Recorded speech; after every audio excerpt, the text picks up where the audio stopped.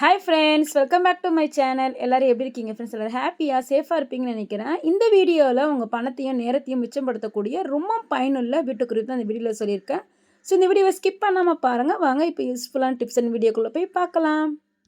First tip பார்க்கலாம் friend. நம்ம வீட்டில் இந்த மாதிரி தயிர்லாம் பார்த்தீங்கன்னா கொஞ்சம் அதிகமாக மீதம் ஆயிடுச்சு அப்படின்னா ஒரு மாதிரி புளிச்ச மாதிரி ஆயிரும். ஸோ இப்போ இந்த அடிக்கிற வெயில் காலத்துக்கு பார்த்தீங்கன்னா நிறைய பேர் வீட்டில் தயிர் போடுவாங்க. இந்த மாதிரி புளிச்ச மாதிரி ஆயிடுச்சுன்னா ஒரு 4-5 துண்டு ரொம்ப மெலிசாக கட் பண்ணி இந்த மாதிரி தேங்காய் துண்டு இந்த மாதிரி போட்டு ஒரு 15 நிமிஷம் அப்படியே விட்டுருங்க. விட்டதுக்கப்புறம் அது தேங்காய் மட்டும் தனியாக எடுத்து போட்டு அதுக்கப்புறம் தயிரை நீங்கள் சாப்பிட்டு பாருங்களேன்.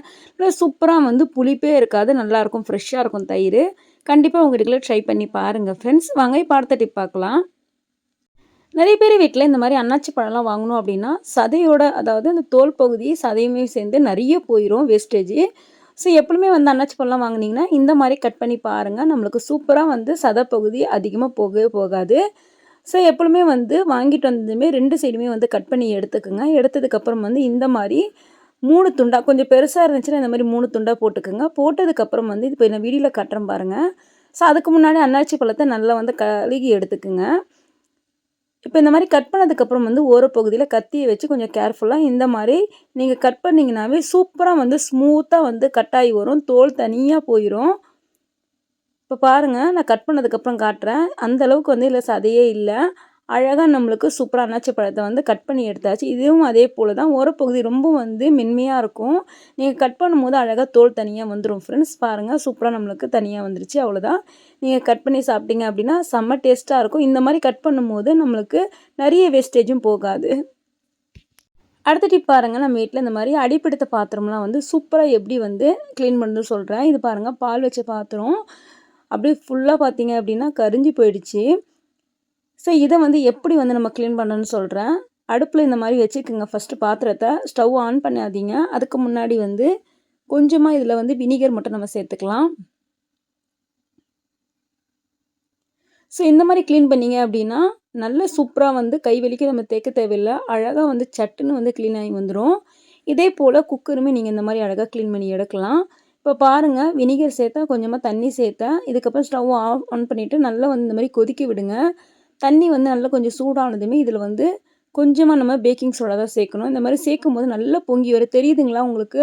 அதில் பிடிச்சி இந்த அடி பிடிச்ச கரை எல்லாமே கருப்பு கருப்பாக பிளாக்காக வருது பாருங்கள். ஸோ நல்லா இந்த மாதிரி மிக்ஸ் பண்ணி விட்டுக்குங்க.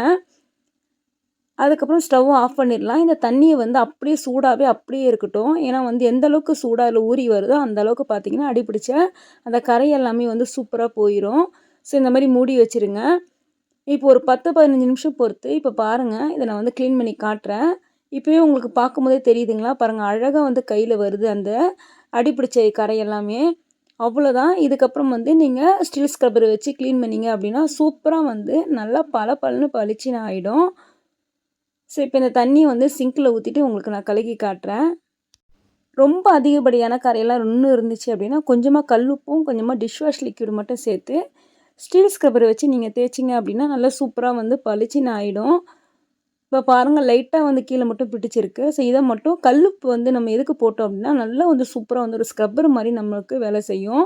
ஸோ அவ்வளோதான். ஸ்டீல் ஸ்க்ரப்பர் வச்சு லைட்டாக தேய்ச்சிங்க அப்படின்னா வீடியோவில் பார்க்கும்போதே தெரியுதுங்களா உங்களுக்கு? தேய்க்கும் போதே நல்லா அழுத்தம் கொடுத்து கீழே வச்சு லைட்டாக நீங்கள் தேய்ச்சிங்கனாவே போதும். ரொம்ப கை வலிக்க நீங்கள் தேய்க்க தேவையில்லை. ஸோ இந்த மாதிரி தேய்ச்சதுக்கப்புறம் உங்களுக்கு நான் கழுகி காட்டுறேன். அவ்வளோதான். பாத்திரம் சூப்பராக பளபளன்னு க்ளீன் ஆகிடுச்சு. கண்டிப்பாக உங்கள் வீட்டில் ட்ரை பண்ணி பாருங்கள் ஃப்ரெண்ட்ஸ். இந்த டிப்ஸை பிடிச்சிருந்தாலும் மறக்காமல் இந்த வீடியோக்கு ஒரு லைக் கொடுங்க. அடுத்த டிப் பாருங்கள். நம்ம வீட்டில் நம்ம ஹேண்ட்பேக்லாம் ஒரு சில டைமில் வெளியே டைமில் கொண்டு போகிறோம் அப்படின்னா நம்ம வீட்டில் இருக்கக்கூடிய இந்த டூத்பேஸ்ட் கவரு காலி ஆகிடுச்சின்னா நல்லா கழுகிட்டு இந்த மாதிரி கட் பண்ணி எடுத்துக்கோங்க, மேல் போர்ஷன் மட்டும். இப்போ இதுக்குள்ளே நம்ம ஒரு சில காயின்ஸ் ஆகட்டும், இல்லை சம்டைம் ஸ்பூன்ஸ் தேவைப்படுது, சம்டைம் நிறைய சாவிங்களாக இருக்குது, அர்ஜென்ட் சமயத்தில் எடுக்கணும் அப்படின்னா இந்த மாதிரி நீங்கள் போட்டு வச்சிட்டிங்க அப்படின்னா அழகாக நம்ம எடுத்துக்கலாம். ரொம்ப யூஸ்ஃபுல்லாக இருக்கும். ட்ரை பண்ணி பாருங்கள். அடுத்து பாருங்கள், இந்த மாதிரி டூத்பேஸ்ட்டோட அந்த கவரை நல்லா க்ளீன் பண்ணிவிட்டு இந்த மாதிரி கட் பண்ணிக்கோங்க. இப்போ இதை ஹேங்கரில் இந்த மாதிரி மாட்டி விட்டுக்கலாம். ஸோ கழுத்து பகுதியில் இந்த மாதிரி மாட்டி விட்டுக்குங்க. எத்தனை ஹேங்கர் இருக்கோ அத்தனை ஹேங்கரும் நீங்கள் இந்த மாதிரி மாட்டி விட்டுக்குங்க. நம்ம பீரோலாம் அதிகப்படியான துணியெல்லாம் வைக்க முடியல, நம்ம வச்ச துணியுமே நல்லா நீட்னஸாக கரெக்டாக மடித்து வச்ச மாதிரி இல்லை, கலைஞ்ச மாதிரி இருக்குன்னா நீங்கள் இந்த மாதிரி கூட புடவைகள்லாம் அழகாக இந்த மாதிரி மாட்டி வச்சுக்கலாம். ஸோ இதுக்குன்னு வந்து இடம் தேவைப்படாது. நம்மளுக்கு ஹேங்கர் இருந்தால் மட்டும் போதும். அழகாக இந்த மாதிரி நம்ம சூப்பராக வந்து படைங்க கூட இந்த மாதிரி மாட்டி வச்சுக்கலாம் ஃப்ரெண்ட்ஸ். அடுத்த டிப்ஸ் பாருங்கள். இந்த மாதிரி வாழைப்பழத்தை பழுக்க வைக்கிறதுக்கு அதையும் ஒரே நாளில் சூப்பராக பழுக்க வைக்கிறதுக்கு ஒரு சூப்பரான டிப்ஸு சொல்கிறேன். இது பாருங்கள், லைட்டாக தான் எல்லோ விஷயம் வந்திருக்கு. ஸோ இதை வந்து ஒரே நாளில் எப்படி பழுக்க வைக்கணும்னு சொல்கிறேன். ஊதுபத்தி இருந்தால் இடத்துக்குங்க இந்த மாதிரி குத்தி விட்டுக்கலாம். ஸோ நான் கட் பண்ணி தான் எடுத்துருக்கேன் சின்னதாக. இப்போது இந்த மாதிரி குத்தி விட்டதுக்கப்புறம் வந்து மேலே வந்து தட்டை போட்டு க்ளோஸ் பண்ணிடுங்க. ஸோ இப்போ இதுக்கு மேலே வந்து ஒரு துணியை வந்து போட்டு வச்சுருங்க. அவ்வளோதான். மறுநாள் சூப்பராக நம்மளுக்கு பழுத்து கிடைக்கும். ஸோ இந்த மாதிரி நீங்கள் காயா உள்ள அதே மாதிரி சப்போட்டா இந்த மாதிரி காயா உள்ள பழங்கள்லாம் கூட நீங்கள் இந்த மாதிரி பழுக்க வச்சுக்கலாம். பாருங்கள் எப்படி நல்லா சூப்பராக நம்மளுக்கு பழுத்து கிடச்சிருக்கு. கண்டிப்பாக உங்கள் வீட்டில் ட்ரை பண்ணி பாருங்கள். அதே போல் பழத்தை நம்ம இப்படியே வச்சுட்டாலும் பாருங்கள் நல்லா சூப்பராக பழுத்துருக்கு.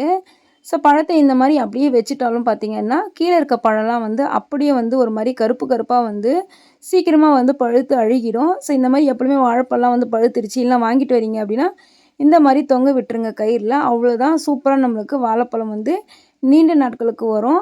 நீங்கள் டக்குன்னு வந்து இப்போ பார்த்தீங்களா இந்த மாதிரி கீழே வச்சனால இந்த மாதிரி கருப்பாகிடுச்சு.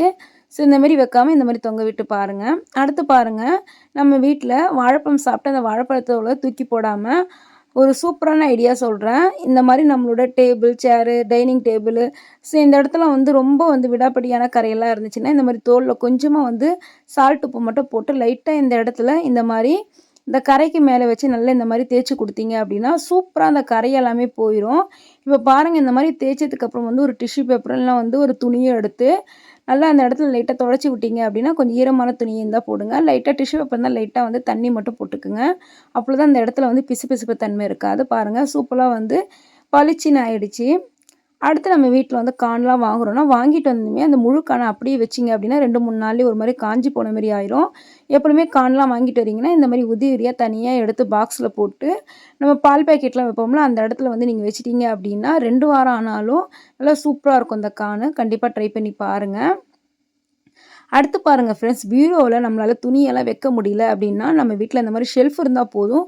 சூப்பராக வந்து நான் துணியை வந்து அடுக்கி வச்சு காட்டுறேன். இதே போல் நீங்கள் ட்ரை பண்ணி பாருங்கள். ஒரு துணி கூட கலையவே கலையாது. பார்க்கறதுக்குமே வந்து நல்ல நீட்னஸாக இருக்கும். ஸோ இப்போ இந்த 2 ஷெல்ஃப்லையுமே வந்து உங்களுக்கு அடுக்கி வச்சு காட்டுறேன். ஃபஸ்ட்டு என்னோடய துணி பார்த்திங்க அப்படின்னா எப்பொழுதுமே வந்து நான் செட்டாக தான் வைப்பேன். பேண்ட்டு அதுக்கப்புறம் வந்து டாப்புமே சேர்த்து தான் வைப்பேன். ஷாலை மட்டும் தனியாக வச்சுப்பேன். இந்த மாதிரி வந்து செட்டாக இந்த மாதிரி வச்சுட்டு ஒவ்வொரு துணிக்குள்ளேயுமே நடுவில் வந்து இந்த மாதிரி கார்ட்போர்ட் அட்டையோ அப்படி இல்லைனா வந்து இந்த மாதிரி கலர் அட்டையோ கூட நீங்கள் வச்சுக்கலாம். ஸோ இந்த மாதிரி வைக்கும்போது துணிகள் வந்து கலையவே கலையாது. பார்க்கறதுக்குமே நல்ல நீட்னஸாக இருக்கும். அதே போல் பக்கத்தில் வந்து இந்த மாதிரி ஸ்டாண்டு இல்லை வந்து கார்போர்ட் இருந்தால் கூட ஓகே தான். ஸோ என்னோடய இன்னர் வேர்ஸும் மேலே வந்து நைட்டியுமே வச்சுருக்கேன். ஸோ இப்போ இந்த ஒரு செல்ஃபு ஃபுல்லாகவே வந்து எவ்வளோ துணி இருந்துச்சு, அழகாக அடுக்கி வச்சதுமே பார்த்திங்கன்னா நல்ல நீட்னஸாக இருக்குது. எடுக்கும் போதுமே வந்து அழகாக நம்ம எடுத்துக்கலாம். ஸோ இந்த மாதிரி வைக்கும்போது நம்மளுக்கு அப்பப்போ அர்ஜென்ட் சமயத்தில் வந்து தேட வேண்டிய அவசியம் இருக்காது. இந்த மாதிரி செட்டாக எடுத்து வச்சிட்டிங்க அப்படின்னா அழகாக நம்ம வேணும் போது எடுத்துக்கலாம். இதே போல் புது துணியெல்லாம் பார்த்திங்க அப்படின்னா நான் பீரோவில் வச்சுருக்கேன். அப்பப்போ யூஸ் பண்ணுறதுக்கு வெளியே போகிறதுக்கு மட்டும்தான் இங்கே வச்சுருப்பேன் நான்.